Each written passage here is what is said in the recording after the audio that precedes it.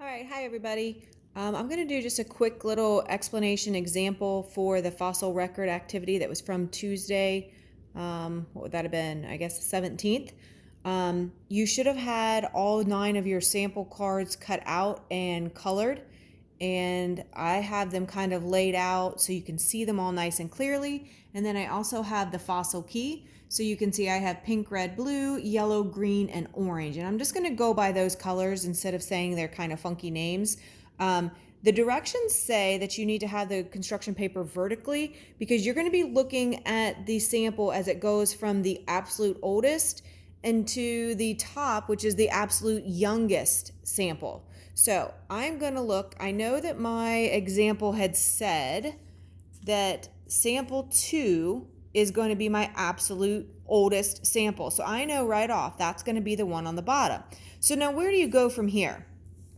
Basically, you're going to look at the rest of your sample cards, and you should have 8 of them left. And you're going to take a look and try to find some that have that same pink or that same shape. All right, and the color is just to help make the shape stand out a little bit more. So I'm going to go through mine and find all the ones where I have that same kind of pink color and that same shape. So I see that here in sample number 1. So I'm going to just kind of scoot these other ones up out of the way. I'm going to look over here on my other side. I see it in sample 5, and that looks like it. All right, so I'm going to add my sample number 5 over here. So I have 2 of these other ones that I could choose from. So when I'm looking at these, I'm going to try to ask myself, what other fossils do I see? Well, obviously on sample 1, I see the original pink, and then I see this new green. Sample 5, I see the pink, green, and blue. So because sample 5 has the blue in there, it kind of has to follow a natural progression. And since I don't see any blue here, it would make more sense that sample 1 is going to follow sample 2.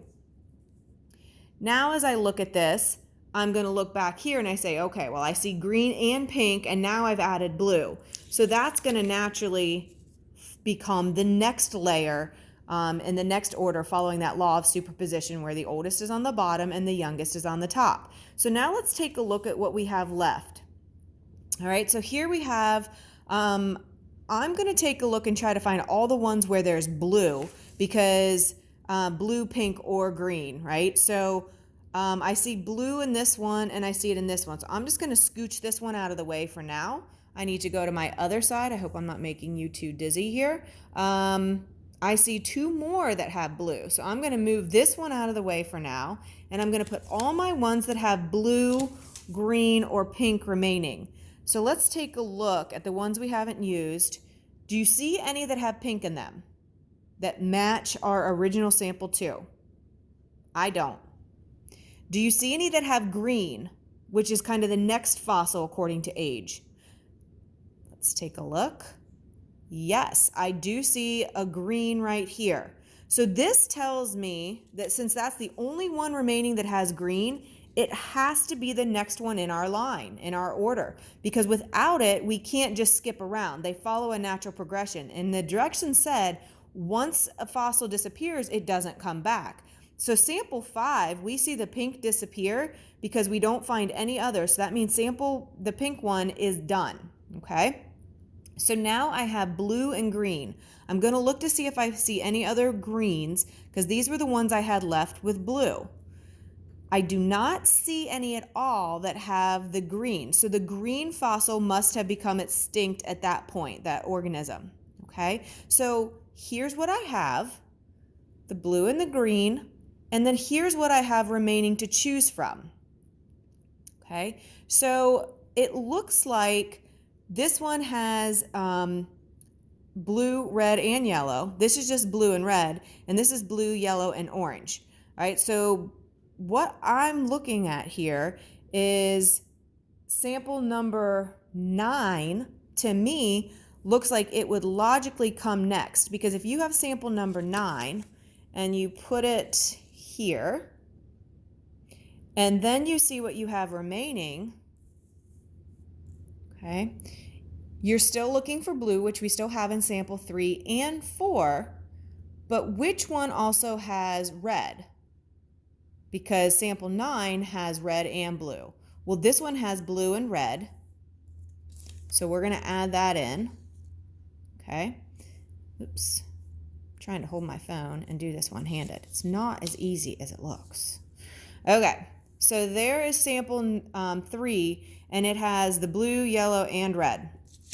So then I'm going to see if this one looks pretty good. I have blue, my red has gone away, but I have yellow here and I still have yellow here. But we've added in the orange. So I'm going to take a look at what I have left.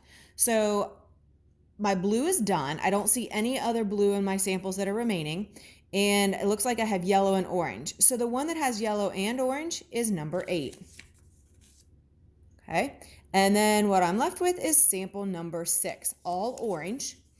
And here we have our fossil record. And I know it's kind of small for you to see, but it goes in order. Once you have a fossil, it's going to keep going until it disappears.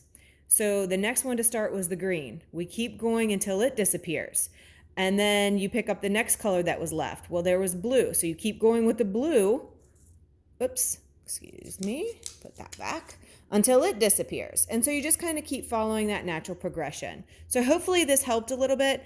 Once you have that information, I'm going to kind of scooch this out of the way. And then you have your chart or table. And so you're going to fill in these sample numbers. So they started with sample 2, and then you'll have sample 1, 5, and you keep going, matching the order that they are on your construction paper. And then you're going to write in the names, and you can use the index key, or excuse me, the fossil key here to write those names in. So you're going to have the youngest was the Globulus slimius, right? And then the green was our next color. So you find that, and it's the Microbius, can't read it, it's kind of faint. Anyways, the green one, it should be more clear on your paper. And then you fill those in order across here, and then you'll place X's. So if you see the pink one, the Globulus slimus, in sample 2, you'd put an X. If you see it, not in sample 2, they have the X. And then we said that it was sample number 1 came next, so we'd put an X there.